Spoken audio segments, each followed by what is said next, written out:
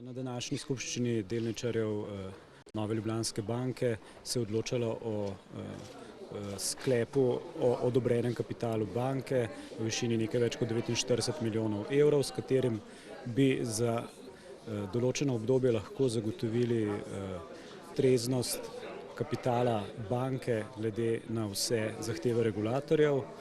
Sklep je bil sprejet skoraj soglasno, uprava pa nam je pri tem tudi zatrdila, da po njihovih projekcijah, ki izhajajo iz projekcije poslovanja za naslednji 2 leti, bi to moralo zadoščati za nekakšno rešitev. Seveda pa to ne izključuje te večje dokapitalizacije banke, o kateri je ves čas govora, o kateri pa se bo odločalo na prihodnjih skupščinah.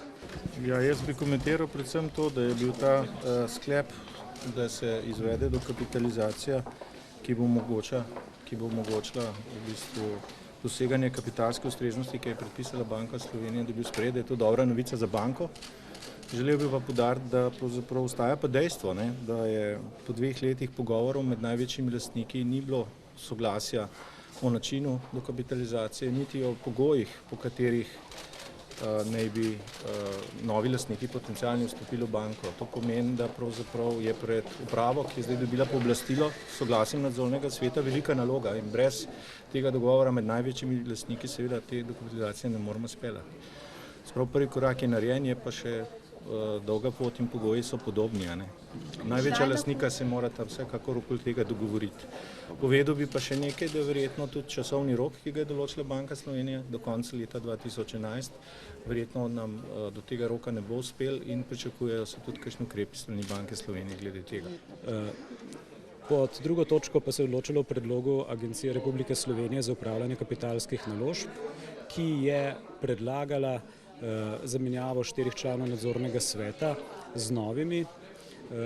Na skupščini smo postavili vprašanje, kaj so razlogi za tako zamenjavo, kaj so razlogi za zamenjavo teh konkretnih 4 nadzornikov od 10, ki so vsi skupaj nadzorniki, in pa seveda, kaj bodo novi predlagani nadzorniki prinesli.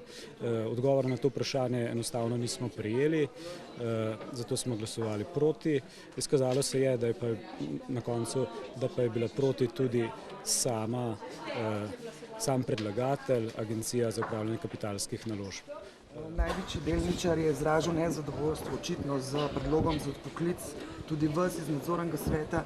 Pa me zanima, vam to osebno predstavlja kakšno težavo pri upravljanju Nove Ljubljanske banke, glede na to, da največji delničar, katerega sicer vi ne predstavljate, vam ne zaupa. Hvala, ker ste bili tako direktni. Jaz mislim, da je pravica delničarjev, da vsekakor imenujejo in razrešujejo člane nadzornih svetov. To je popolnoma jasno, to je korporacijsko upravljanje. Po drugi strani bi pa rekel, da imajo delničarji tudi svoje obveznosti in posebej v bančnem sektorju so te obveznosti zelo jasne in so vezane na varnost, na stabilnost, na likvidnost banke.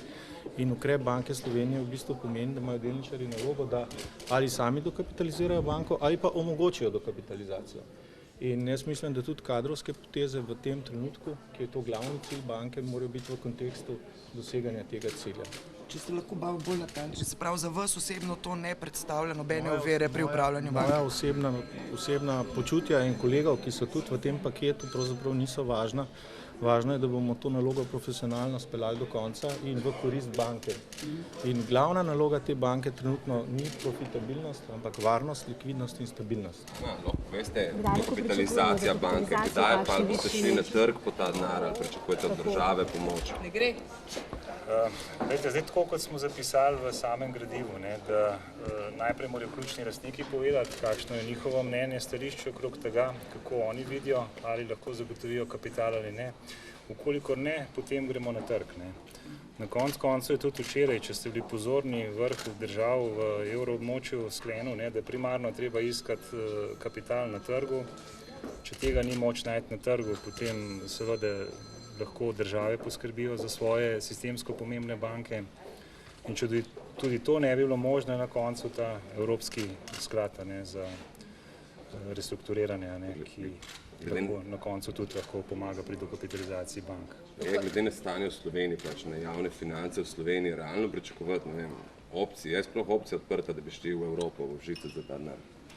Ja, glejte, po tem vrstnem redu je treba iti, ne, in dobiti odgovore. Na koncu koncev, če je, bom rekel, teoretično gledano ta opcija, ne, je tudi ta.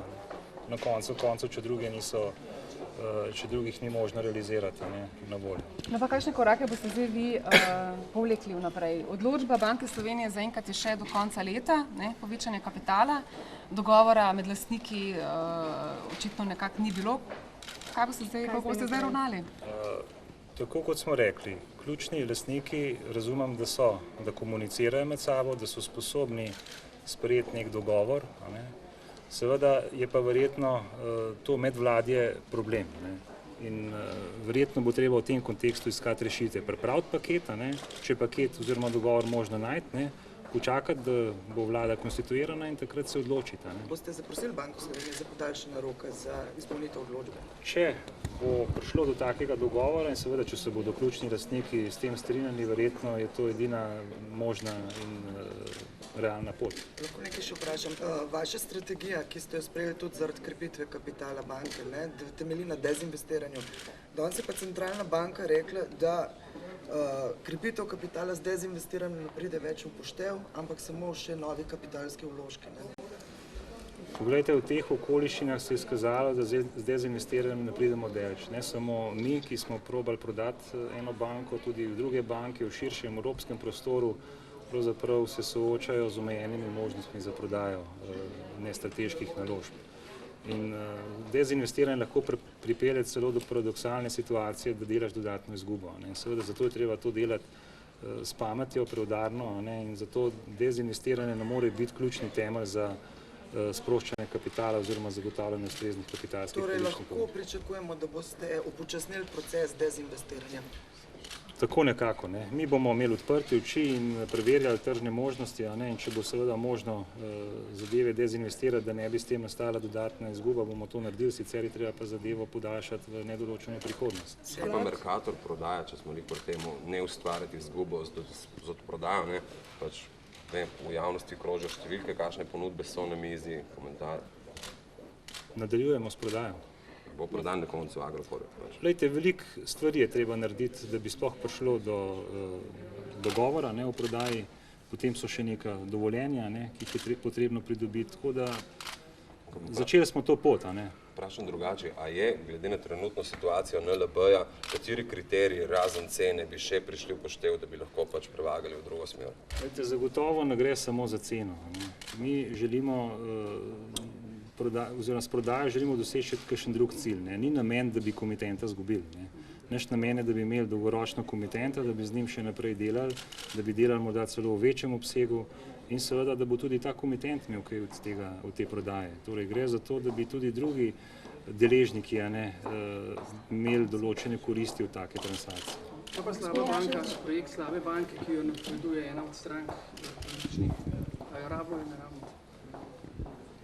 Poglejte, zdaj kdaj se lahko odloči za slabo banko, ponovadi takrat, ko je banka tako zasičena slabimi naložbami, da je ogrožen njen denarni tok in seveda likvidnost. Takrat ni druge izbire kot slaba banka. Vendar slaba banka pomeni angažiranje fiskalnih sredstev in seveda dodatni angažma države v tem smislu.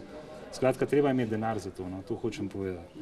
In druge dileme, ki so povezane s slabo banko, so številne tehnične, predvsem ali res nekdo bolje upravlja s tem slabim portfeljem od bank, torej neka neodvisna, agencija, ali to vendar lahko banka naredi, seveda mora pa imeti za to nek amortizer, kapital v tem primeru, da lahko neovirano pač naredi tiste stvari, ki so potrebne, konverzije, odpise, restrukturiranja in še vedno, bom rekel, preživi, bom rekel to.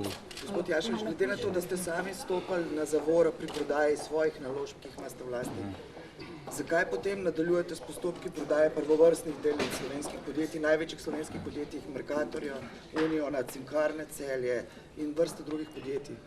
Glejte, narobe ste me razumeli, mi nismo stopali na zavoro, mi še vedno svoje nestrateške naložbe odprodajamo. Seveda pa želimo to delati preudarno, ne za vsako ceno, to je odgovor. Skratka, če je efekt take prodaje dober, bomo to prodajo izpeljali. ceni. Ja, lahko še samo. Mene zanima, kakšnega denarja bi banka potrebovala, da bi zadostila vsem zahtevam tako slovenskega regulatorja kot zdaj tistega, ki smo se pravi, tisto odločili. To je znesek, ki smo ga predlagali. Tudi 400, aha, nič več kot to. Ne. Ja, za manjši znesek, gledajte, vedno je potem vprašanje, kaj je pa na mesto tega treba še narediti potem. Se pravi, lahko se tudi kompenzira na ta način, da je manjši znesek, in seveda moraš potem sam kaj narediti, da sprostiš kapital. Vendar je bilo ravno prej povedano, da so seveda te možnosti zaradi razmer na trgih omejene. Bo je odvisno od Mercatorja, številka na koncu, to vseeno pomeni približno 90 milijonov. Nisem razumel čisto dobro vprašanje. Če je lahko končna številka kakorkoli odvisno od tega, ali se proda delež v Mercatorju ali ne. Ne, mi efektov prodaje Mercatorja nismo upoštevali. Te efekti so tudi, če upoštevamo sedanji cenovni nivo, manjši in seveda ne vplivajo bistveno na znesek. Kot možnost dokapitalizacije ste prvič omenili tudi sklad ESPS, če smo prav razumeli. A je to zadnji korak, ki bo? Ja, tako sem prebral iz sporočila za javnost z vrha evroobmočja, da na koncu omenjajo seveda, da je zadnja možnost tudi ta. Zdaj podrobnosti pa ne poznam. Rekli ste na skupščini, da NLB posluje z tekočo izgubo, kakšni so 9-mesečni rezultati? Glejte, mi smo v tretjem kvartalu bili soočeni z dosti intenzivnim povečevanjem slabih posojil. Število stečajev oziroma insolvenčnih postopkov naglo narašča. Moram sicer pomiriti, da v zadnjem mesecu opažamo zgolj rahlo povečevanje, torej ta trend se umirja, ampak 3-4-letni rezultati seveda bodo negativni. Natančno številko boste pa dobili po današnjem press releasu, ko bo nadzorni svet obravnaval tekoče poslovanje. Zdaj, kakšni so obeti do konca leta, torej omenil sem, da se ta trend umirja, seveda enomesečni podatek ni še dovolj veliko zagotovilo, da bi lahko sodili do konca leta. Nekaj malega bomo poskušali amortizirati z zniževanjem stroškov, ta projekt, bom rekel, daje zdaj svoje rezultate. Lahko je pa še kakšen izredni dogodek, ki bo pozitivno vplival na rezultat do konca leta. Rekel ste, da se število stečajev povečuje, pa zdaj se umirja, bili ste soočeni z naraščanjem. A je teh 9% core tier 1 kapitala zadosti tako dolgoročno tudi na evropski ravni? Ali lahko pričakujemo, da se bo pa čez pol leta nekdo domislil novega povišanja? No, jaz mislim, da teh novih regulativnih sprememb si ni mogoče izmišljevati v nedogled, ker to odganja potencialne investitorje v banke stran, tako da enkrat je treba stabilizirati in postaviti parametre poslovanja, da so nekoliko bolj stabilni. Torej ta znamka 9% core tier 1, to je core tier 1, ne tier 1, je dovolj visoka, po mojem mnenju, kombinirana še z ostalimi ukrepi. Mislim, da bo naredila banke dovolj stabilne, da bi bile lahko rezistentne na morebitne nove šoke v bodoče, če bi se zgodili. Lahko sem še eno tehnikalijo. Lejte, zdaj imate zaradi stres testa, imate rok sredi aprila za dokapitalizacijo, hkrati iz te EBO-jeve odločbe izhaja, da je rok za dokapitalizacijo junija. Kaj je zdaj tisti rok, do katerega mora se NLB dokapitalizirati? April ali junij? Ja, jaz mislim, da je zdaj junija, da je novi rok junij, ne me pa držati za besedo, če sem napačno interpretiral. Tudi jaz sem zdaj prebral zjutraj te dokumente. Kaj pa potem december? To je pa interna odločitev našega regulatorja. Ta je neodvisna od teh odločitev, seveda je pa odprto, kako bomo to odločitev lahko izvedli. Prej ste vprašali, ali boste prosili regulatorja za odlog. Rekel sem, da vkolikor bi seveda imeli nek predlog in bi čakali, pravzaprav bi bilo treba ta predlog, s tem predlogom čakati v toliko, da ga verificira lastnik, potem seveda je to smiselno zaprositi. Če pa predloga ni, potem bomo pa tako in tako morali delati po drugi poti in iskati kapital drugje na trgu. Bo dovolj. Hvala lepa. Hvala.